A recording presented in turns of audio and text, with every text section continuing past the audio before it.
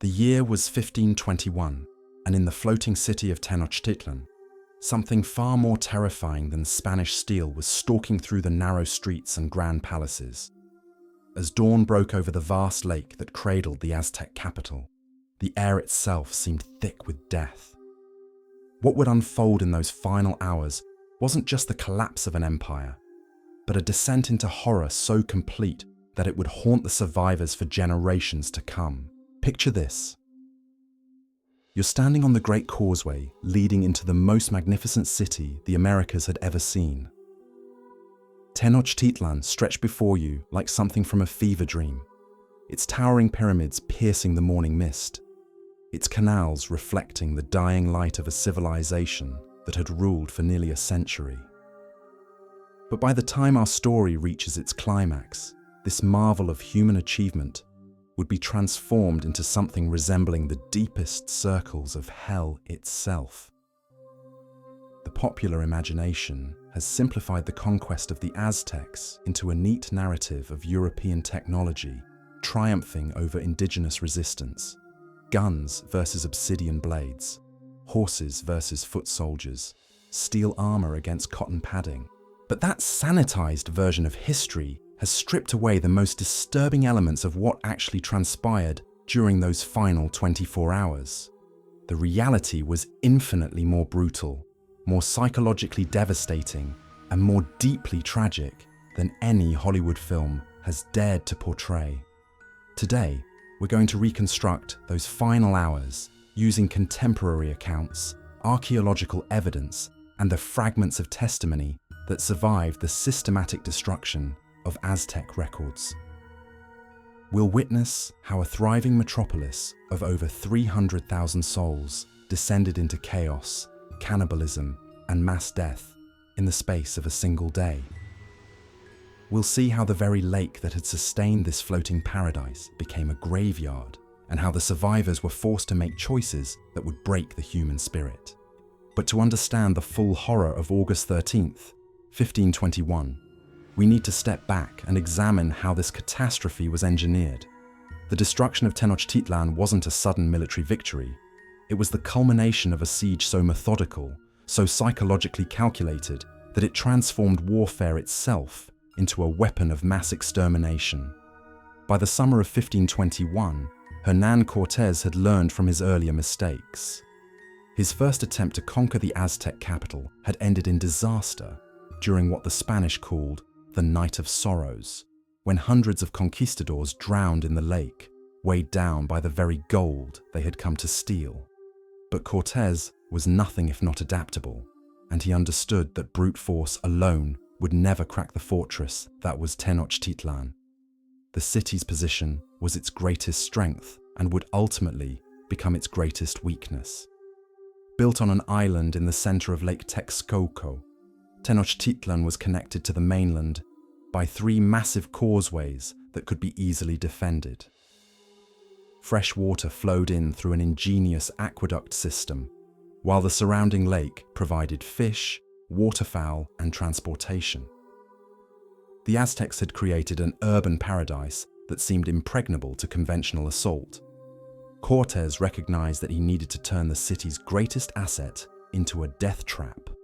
Working with thousands of indigenous allies who had their own reasons for wanting to see the Aztec Empire destroyed, the Spanish began constructing a fleet of shallow draft vessels called brigantines. These boats would allow them to control the lake itself, cutting off all supplies and escape routes. What followed was not a battle, but a slow strangulation that would last nearly 4 months. As the siege tightened, the first signs of desperation began to appear within the city walls. The Emperor Cuauhtémoc, barely in his 20s, and thrust into power after his predecessor died from smallpox, faced an impossible situation. His warriors were brave and determined, but they were fighting not just against Spanish steel and gunpowder, but against invisible enemies that were far more deadly than any weapon forged by human hands. Smallpox had arrived in Tenochtitlan like a biblical plague, killing indiscriminately and without mercy. The disease had no respect for rank or station, cutting down warriors and priests, nobles and commoners with equal efficiency. Contemporary accounts describe entire neighborhoods falling silent as the virus spread from house to house, leaving behind only the stench of decomposing bodies and the wails of the survivors. But even as pestilence ravaged the population, the defenders of Tenochtitlan refused to surrender. They had seen what happened to other cities that had submitted to Spanish rule. They knew about the massacres, the enslavement, the systematic destruction of their religious practices and cultural identity. Death in battle seemed preferable to life under foreign domination. The Spanish siege strategy was diabolical in its simplicity. Rather than risk their own men in costly frontal assaults, they would let hunger, thirst, and disease do most of the killing. The brigantines patrolled the lake constantly, intercepting any canoes attempting to bring supplies into the city. The aqueducts were cut, forcing the inhabitants to drink the increasingly polluted water of the lake itself. Food stores dwindled and then disappeared entirely. By early August, the situation inside Tenochtitlan had become nightmarish. Survivors would later describe scenes that defied comprehension. Families huddled together in abandoned palaces, sharing scraps of bark and roots. The great market of Tlatelolco, once the commercial heart of Mesoamerica, stood empty except for the bodies of those who had collapsed from starvation. The magnificent gardens that had once supplied fresh vegetables and flowers to the nobility had been stripped bare, their soil scattered with human remains. The psychological warfare was as devastating as the physical siege.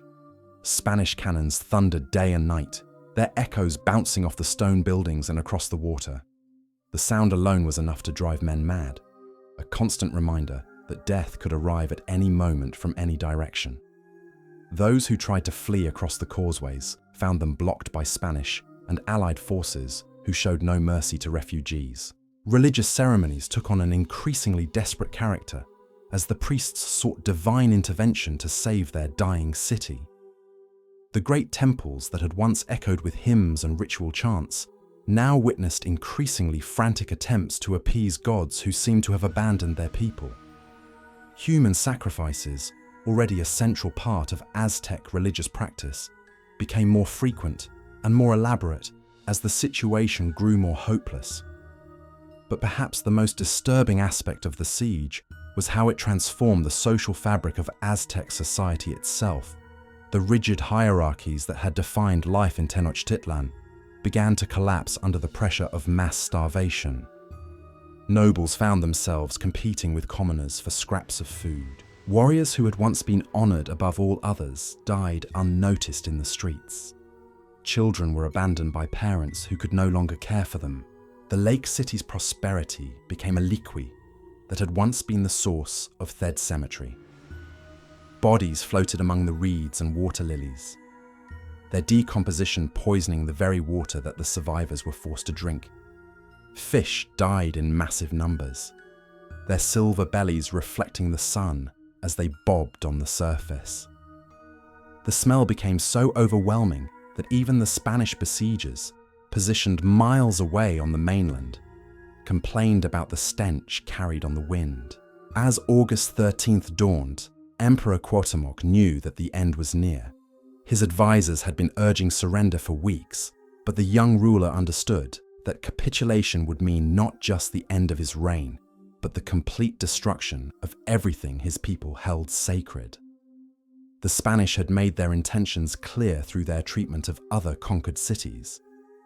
This would not be a negotiated peace, but an absolute conquest followed by systematic cultural annihilation. The final assault began at sunrise with a bombardment that shook the very foundations of the ancient city. Spanish cannons, positioned on the brigantines and along the causeways, poured shot after shot into the remaining defenders. The sound was unlike anything the Aztecs had ever experienced, a mechanical thunder that seemed to tear holes in reality itself. Stone buildings that had stood for centuries crumbled under the impact, burying their occupants beneath tons of rubble. But even as their city died around them, the Aztec warriors continued to fight with a ferocity that astonished their enemies. They knew they were facing extinction, and that knowledge freed them from any consideration of personal survival.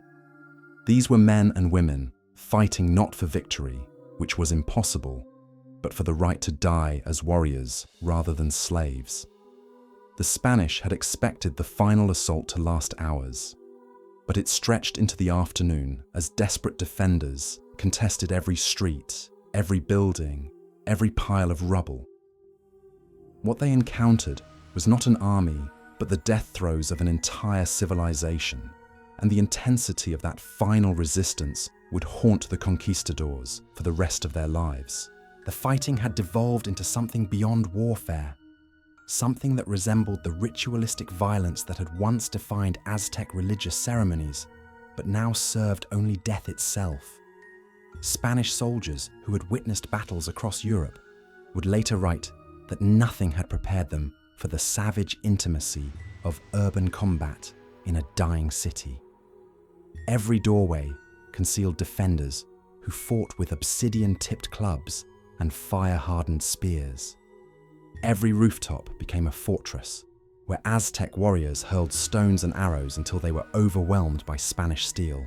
But it was in the narrow alleyways between the great stone buildings where the true horror unfolded. Here, in spaces barely wide enough for two men to stand abreast, the conquistadors encountered something that defied their understanding of human behavior. Families had barricaded themselves into their homes with whatever furniture and debris they could find, determined to die together rather than face separation and slavery. When Spanish soldiers broke down these improvised barriers, they found scenes that would be burned into their memories forever. Mothers clutched children who had been dead for days, their small bodies preserved by their parents' refusal to accept reality. Fathers sat motionless beside weapons they no longer had the strength to lift, their eyes staring at nothing while their families decomposed around them. The Spanish chronicler Bernal Diaz del Castillo would later write that the smell inside these death chambers was so overwhelming that hardened soldiers vomited through their helmets before fleeing back to the street. The great plaza that had once hosted elaborate ceremonies and markets now served as an open-air morgue where the living and dead mingled in ways that challenged the sanity of anyone who witnessed it. Bodies were stacked like cordwood against the bases of pyramids, while survivors wandered among them in a daze, sometimes talking to corpses as if they were still alive. The line between the living and the dead had become so blurred that Spanish soldiers reported shooting at figures that turned out to be already deceased, propped up by the press of other bodies. As the afternoon wore on, the psychological toll on both sides became evident in increasingly bizarre behavior.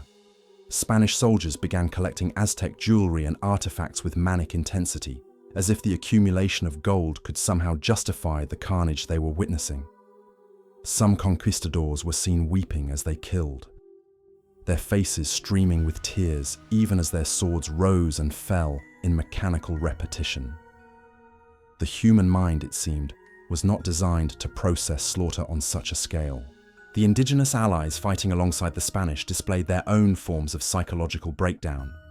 Warriors from Tlaxcala and Texcoco, who had nursed grudges against the Aztec Empire for generations, found that revenge tasted like ash when served in such overwhelming portions. Many began mutilating the bodies of fallen enemies with an intensity that disturbed even their Spanish allies. Others simply stopped fighting altogether, sitting down in the middle of battle to stare at the destruction with expressions of complete incomprehension. Emperor Cuauhtémoc, meanwhile, had retreated to the highest level of the Great Temple, where he could survey the death of his empire with his own eyes. Contemporary accounts describe him as eerily calm during these final hours, as if the magnitude of the disaster had pushed him beyond ordinary human emotion into some realm of transcendent acceptance. He reportedly spent his last moments as a free ruler dictating messages to be carried to other indigenous leaders, warning them of what Spanish conquest actually meant. The water surrounding Tenochtitlan had transformed into something resembling a vast cauldron of human misery. Thousands of bodies floated in the lake, their decomposition creating patches of discolored water that glowed with an otherworldly phosphorescence. The Spanish brigantines navigating through this aquatic cemetery reported that their hulls made disturbing sounds as they pushed through the floating remains, a wet, grinding noise that would haunt the sailors' dreams for years to come. But perhaps the most disturbing aspect of the lake's transformation was how it began to affect the behavior of the surviving animals. Dogs that had once served as companions and sources of meat for the Aztecs now roamed the floating gardens in packs, feeding on human remains with an enthusiasm that suggested they had developed a taste for such fare. Birds of prey circled overhead in numbers so vast they occasionally blocked out the sun, their cries creating a constant background noise that sounded like the screaming of lost souls. The Spanish artillery had created breaches in several of the city's main buildings, and through these gaps, the conquistadors could see into spaces that revealed the full extent of Aztec desperation. In one partially collapsed palace, soldiers discovered a room where an extended family had apparently committed collective suicide rather than face capture. The bodies were arranged in a circle with their hands touching, suggesting some final ritual of unity in death. Children as young as 5 or 6 lay beside their parents, their faces peaceful despite the violence that had claimed their lives. Medical knowledge of the era was primitive, but even Spanish physicians recognized that many of the surviving Aztecs were displaying symptoms of what modern psychology would identify as severe trauma.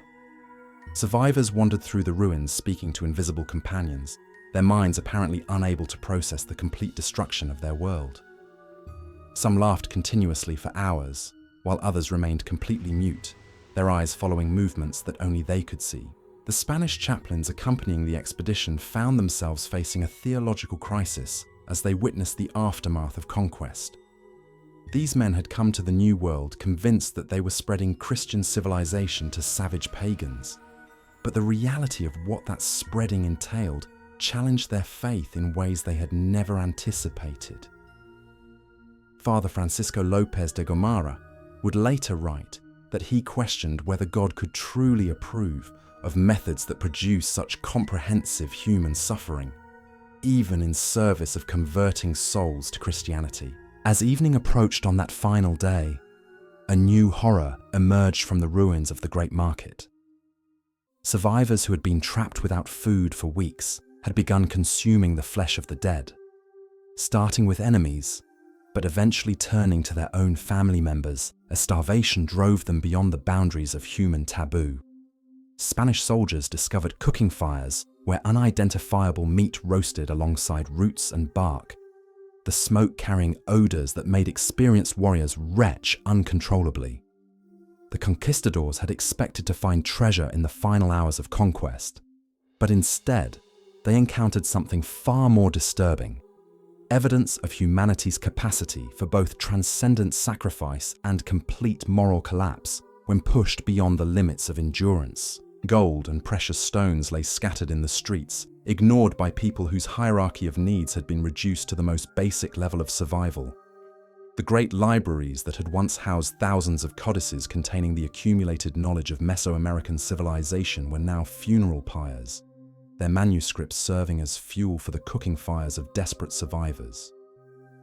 Centuries of astronomical observations, medical knowledge, historical records, and religious texts literally went up in smoke as the living tried to prepare their last meals from the bodies of the dead. As darkness fell on August 13th, the Spanish finally controlled what remained of Tenochtitlan, but their victory felt more like a descent into hell than a military triumph. The city they had conquered no longer existed in any meaningful sense. What remained was a charnel house floating on a poisoned lake, populated by traumatized survivors who had been pushed so far beyond normal human experience that many would never fully return to sanity. The capture of Emperor Cuauhtémoc marked the official end of Aztec resistance, but the young ruler's dignified behavior in defeat only highlighted the moral complexity of what had been accomplished. When brought before Cortés, the emperor reportedly said that he had done everything possible to defend his city and his people, and that he was prepared to die as befitted a ruler. His composure in the face of total defeat stood in stark contrast to the hysteria and breakdown displayed by many of his conquerors. But the true measure of that final day's horror would only become apparent in the weeks and months that followed, as the survivors attempted to rebuild some semblance of life from the ruins of their civilization. The Spanish chroniclers who documented those final hours would spend the rest of their lives struggling to find words adequate to describe what they had witnessed. But their accounts, fragmentary and often contradictory, provide glimpses into a catastrophe so complete that it redefined the very concept of conquest. The systematic destruction of Tenochtitlan wasn't simply the defeat of one army by another, it was the methodical erasure of an entire way of life, conducted with a thoroughness that bordered on the supernatural. In the immediate aftermath of the city's fall, as Spanish soldiers picked their way through streets carpeted with corpses, they began to understand the true scope of what they had accomplished. The lake that had once sparkled with the reflection of gleaming temples now stretched like a vast mirror of death, its surface broken only by the gentle movement of floating bodies. The smell had become so overpowering that many conquistadors wrapped cloth around their faces, but the stench seemed to penetrate everything, clinging to their clothing and hair with a persistence that suggested it had become part of the very air itself.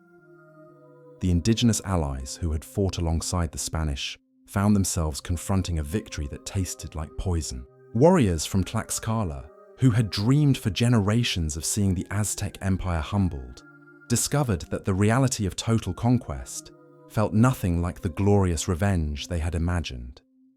Instead of celebration, they found themselves walking through a landscape so thoroughly saturated with death that even hardened fighters began to question whether any cause could justify such comprehensive destruction. The Spanish had expected to find vast treasures in the fallen city, and while gold and precious stones were indeed scattered throughout the ruins, the conquistadors discovered that wealth meant nothing in a place where the living had become indistinguishable from the dead. Soldiers who had dreamed of returning to Spain as wealthy men found themselves unable to concentrate on gathering riches while surrounded by evidence of suffering on such an overwhelming scale. Medical understanding in the 16th century was primitive, but even Spanish physicians recognized that many survivors were displaying symptoms that went far beyond ordinary grief or trauma. People wandered through the ruins having conversations with empty air, their minds apparently creating companions to replace the family members and friends they had lost. Others stood motionless for hours at a time, staring at specific spots where loved ones had died, as if their concentrated attention could somehow resurrect the dead through sheer force of will. The water system that had once been the marvel of Mesoamerica had been transformed into something resembling a vast open sewer. The aqueducts that had carried fresh mountain water into the city now ran red with blood and contaminated fluids, while the canals that had once accommodated graceful boats loaded with flowers and produce were clogged with debris that defied identification. Spanish engineers attempting to assess the damage reported that the entire hydraulic infrastructure would need to be rebuilt from scratch, as if the city's circulatory system had been permanently poisoned. The Great Pyramid at the center of Tenochtitlan, which had once towered over the city like a stone mountain reaching toward the heavens, now served as a massive tomb. Spanish soldiers climbing its steps discovered chambers packed with bodies at every level, suggesting that the final defenders had retreated upward as the city fell, making their last stand among the sacred spaces where their gods were supposed to dwell. The smell of decomposition was so intense at the pyramid's summit that several conquistadors collapsed from the fumes, their bodies rejecting air that seemed more death than oxygen. But it was the discovery of the children that broke something fundamental in the minds of even the most hardened veterans. Spanish soldiers had prepared themselves for the deaths of warriors and the destruction of military targets, but nothing had equipped them to process the sight of schoolyards filled with small bodies or nurseries where infants had died in their caregivers' arms. The systematic nature of the carnage suggested that the siege had killed indiscriminately, sparing neither the guilty nor the innocent, neither the combatant nor the civilian. The indigenous educational system, which had been one of the most sophisticated in the world, lay in complete ruins. The schools where young Aztecs had learned astronomy, mathematics, poetry, and philosophy were now charnel houses where knowledge had been replaced by decomposition. Spanish friars who had come to convert the pagans found themselves walking through libraries where manuscripts written in languages they couldn't read had been used as kindling by desperate survivors trying to cook their final meals. The floating gardens that had once fed the great city had been transformed into vast graveyards where bodies floated among the wilted remains of what had been agricultural paradise.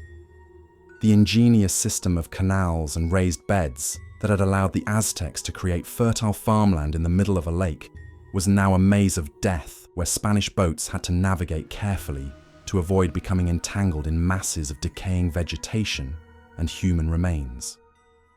Emperor Cuauhtémoc's capture had been almost anticlimactic compared to the drama of the city's death. Found hiding in a canoe attempting to escape across the lake, he was brought before Cortés with a dignity that seemed to shame his captors. Contemporary accounts describe him as eerily calm, as if the magnitude of the disaster had elevated him beyond ordinary human emotion. When asked why he had not surrendered earlier to spare his people such suffering, he reportedly replied that a ruler's duty was to die with his city rather than live to see its humiliation. The Spanish had achieved a victory more complete than any in their previous experience, but it felt more like a catastrophe than a triumph. Soldiers who had fought in European wars reported that nothing had prepared them for the psychological impact of conquering a city so thoroughly that it ceased to exist. The usual rituals of military victory, the parades, the distribution of spoils, the celebration of achievement, seemed obscene when conducted among the ruins of such comprehensive human tragedy. The systematic destruction of Aztec religious artifacts began immediately after the conquest, but the Spanish soon discovered that eliminating physical objects was far easier than erasing the memories of those who had witnessed their civilization's death. Survivors who had lost everything material still carried within their minds the knowledge of what their city had been before the siege, and that knowledge proved impossible to destroy through conventional means. The lake itself had been transformed into something that defied natural explanation. The water had taken on colors that shouldn't exist in nature, deep purples and sickly greens that suggested chemical changes caused by the massive die-off of both human and animal life. Fish floated belly up in numbers so vast that they formed islands of silver death, while birds that had once filled the sky with their songs now lay scattered along the shoreline like discarded feathers. Spanish military engineers, attempting to assess the strategic value of their conquest, found themselves confronting a problem they had never encountered before. They had captured a city so thoroughly destroyed that it would be easier to build a new settlement from scratch than to repair what remained. The siege had been so effective that it had eliminated not just the enemy, but the very prize they had sought to capture. The indigenous allies who had supported the Spanish cause began experiencing what modern psychology would recognize as survivor's guilt on a massive scale. Warriors who had dreamed of defeating their Aztec overlords discovered that victory achieved through such methods felt more like a curse than a blessing. Many simply abandoned their weapons and walked away from the ruins, disappearing into the countryside rather than participate in whatever came next. The Spanish chaplains who had accompanied the expedition to spread Christianity found themselves facing theological questions that their training had never addressed. How could the God of love and mercy approve of methods that produced such comprehensive human suffering? The conversion of the survivors seemed almost irrelevant when those survivors had been driven beyond the boundaries of normal human experience. But perhaps the most disturbing discovery was that the systematic destruction of Tenochtitlan had created something unprecedented in the annals of warfare, a victory so complete that it traumatized the victors almost as much as the vanquished. Spanish soldiers who had dreamed of conquest and glory found themselves haunted by memories of what they had witnessed, their dreams filled with the faces of people they had killed or watched, die. The transformation of the great market of Tlatelolco from a bustling commercial center into an open-air morgue symbolized the complete inversion of everything the city had represented. Where merchants had once displayed exotic goods from across Mesoamerica, Spanish soldiers now sorted through personal belongings scattered among decomposing bodies, looking for items of value while trying not to think about the families who had once owned them. The final hours of the Aztec Empire had revealed something fundamental about the nature of human civilization itself. That the structures and institutions that seemed so permanent and unshakable could be reduced to nothing in the space of a single day. The great stone buildings that had stood for centuries became tombs. The sophisticated water systems became conduits for death, and the population that had created one of the world's most advanced urban centers became food for the dogs and birds that now roamed freely through the ruins. As night fell on that terrible August day, the Spanish found themselves masters of a prize that no longer existed in any meaningful sense. They had achieved a victory so total that it felt more like participation in their own damnation than military triumph.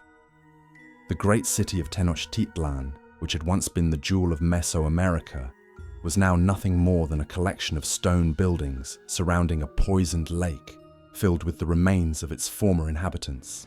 The true horror of those final 24 hours lay not in any single act of violence, but in the systematic nature of the destruction and the way it had pushed both conquerors and conquered beyond the boundaries of normal human experience into a realm where the usual categories of victory and defeat no longer applied. The Spanish had expected their conquest to follow familiar patterns of European warfare, where cities surrendered when defeat became inevitable, and populations submitted to new rulers while maintaining their basic social structures.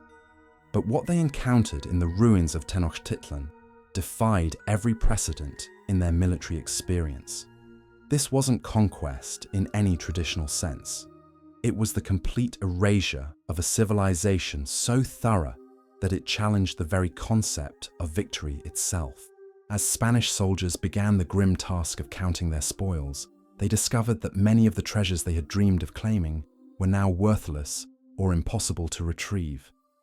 Gold ornaments lay scattered in pools of contaminated water, their surfaces tarnished by contact with decomposing flesh. Precious stones had been ground into the mud by the desperate struggles of the dying. The great treasury that Moctezuma had once shown to Cortés with such pride was now buried beneath collapsed masonry and human remains. Its contents mixed with debris in ways that made recovery both practically and psychologically impossible. The Spanish military surgeons who accompanied the expedition found themselves overwhelmed by casualties that bore little resemblance to conventional battle wounds. Soldiers reported symptoms that had no precedent in medical literature. Violent nightmares populated by the faces of the dead, sudden episodes of uncontrollable weeping triggered by mundane sights and sounds, and a persistent inability to eat food without vomiting when they remembered what they had witnessed in the final hours of the siege. But it was the behavior of the surviving Aztec population that truly revealed the depth of trauma inflicted by those 24 hours. Spanish observers noted that many survivors seemed unable to recognize that the siege was over, continuing to huddle in defensive positions days after the fighting had ceased. Others displayed what appeared to be complete amnesia about their former lives, staring blankly when asked about family members or occupations, as if these concepts no longer had meaning. The children who had survived the siege exhibited behaviors that disturbed even hardened conquistadors who had witnessed their share of wartime atrocities. Some refused to speak, communicating only through gestures that seemed to mime the act of dying. Others spoke continuously in whispers, carrying on conversations with invisible companions who appeared to be deceased relatives. Spanish priests, attempting to comfort these traumatized children, reported that many seemed to have forgotten how to play, sitting motionless for hours when given toys or games that should have been familiar to them. The lake that had once sustained the great city had become a biological hazard that threatened everyone who came near it.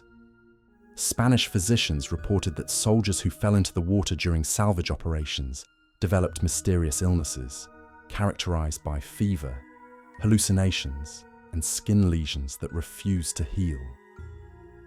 The indigenous survivors who had no choice but to continue drinking from the contaminated lake suffered even worse effects, with entire families succumbing to diseases that had no names in any known medical text. The Spanish had brought their own chaplains to oversee the spiritual conquest that was supposed to accompany military victory, but these religious men found themselves confronting theological challenges that their seminary training had never addressed. How could they preach about Christian salvation to people who had witnessed the complete destruction of everything they had ever known? How could they speak of divine mercy to survivors who had been forced to eat the flesh of their own children to avoid starvation? Father Toribio de Benavente, one of the Franciscan missionaries who arrived shortly after the conquest, would later write that the survivors of Tenochtitlan seemed to exist in a state between life and death that defied Christian understanding of the human soul. They moved through the ruins like ghosts, performing the basic functions of survival without any apparent awareness of their surroundings or connection to their former identities. The systematic collection and disposal of bodies became a logistical nightmare that consumed weeks of effort and revealed the true scale of the catastrophe. Spanish soldiers tasked with clearing the streets reported finding corpses in every conceivable location, stuffed into storage containers, hidden behind false walls, buried under piles of household goods that families had apparently gathered around themselves as they died. The sheer number of dead overwhelmed the ability of the living to process them in any dignified manner, forcing the conquistadors to resort to mass cremation that filled the air with smoke for months.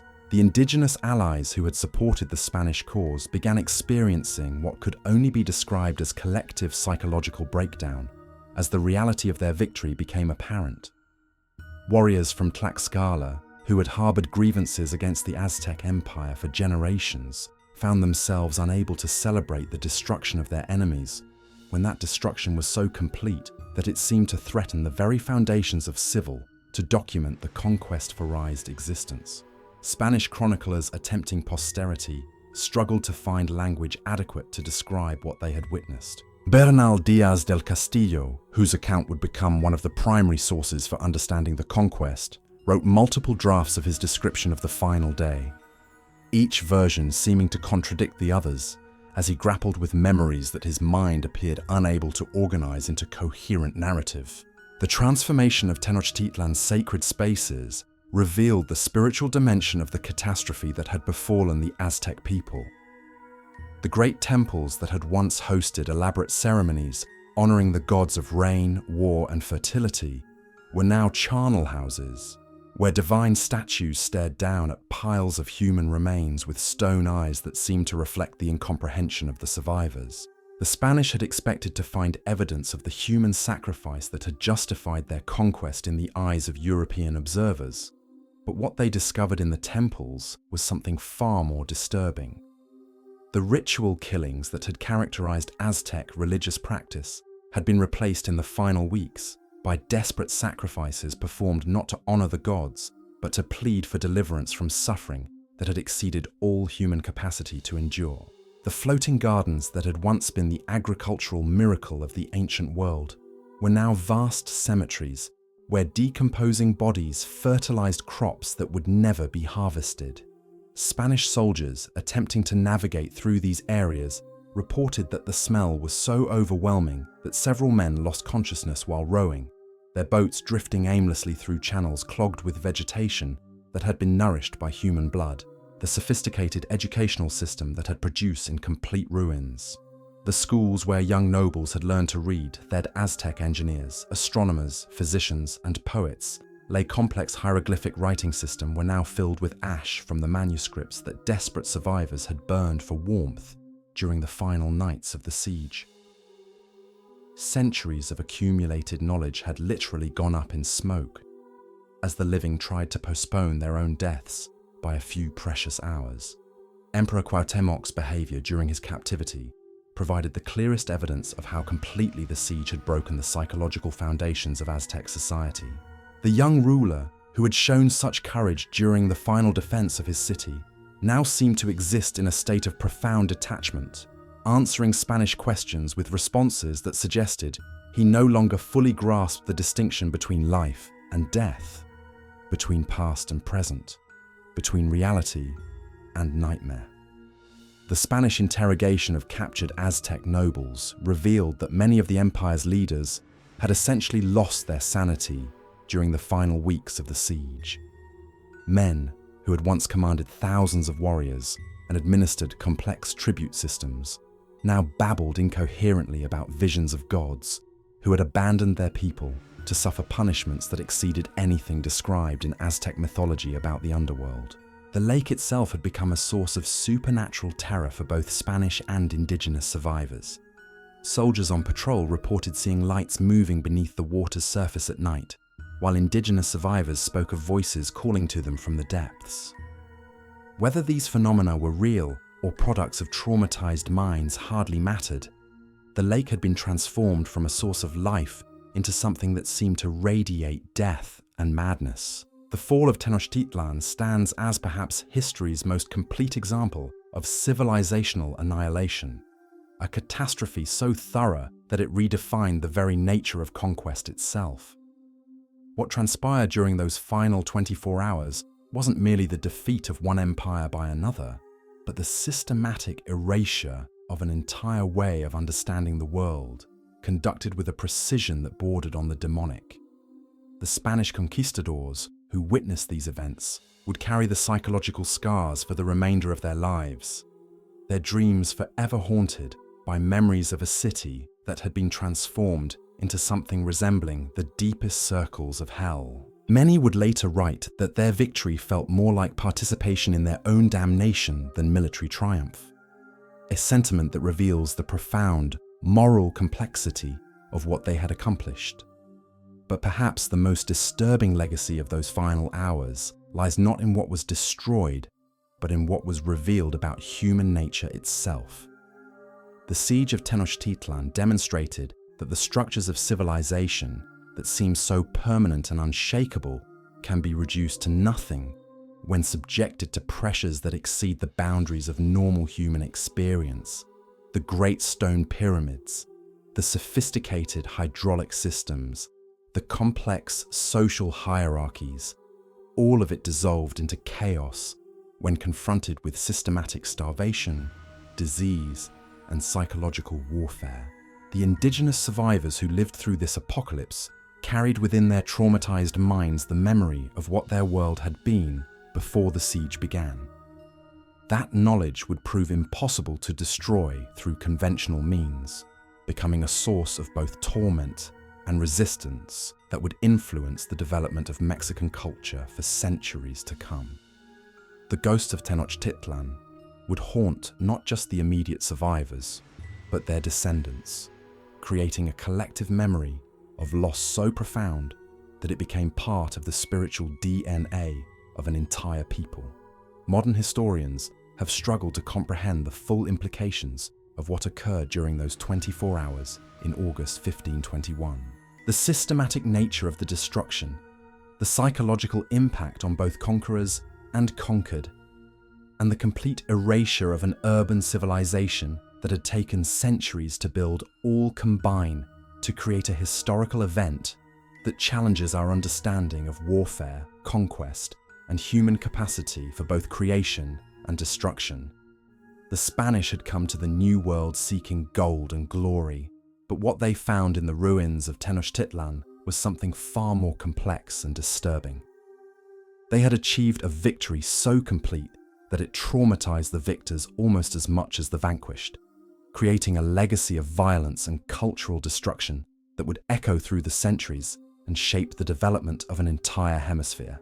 The lake that had once reflected the glory of the greatest city in the Americas now serves as a reminder that human civilization, no matter how advanced or seemingly permanent, remains vulnerable to forces that can reduce centuries of achievement to rubble and ash in the space of a single day.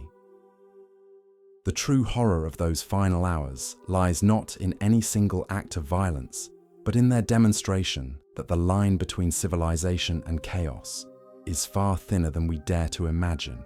Today, as we walk through the modern streets of Mexico City, built literally on top of the bones of Tenochtitlan, we tread upon one of history's greatest graveyards.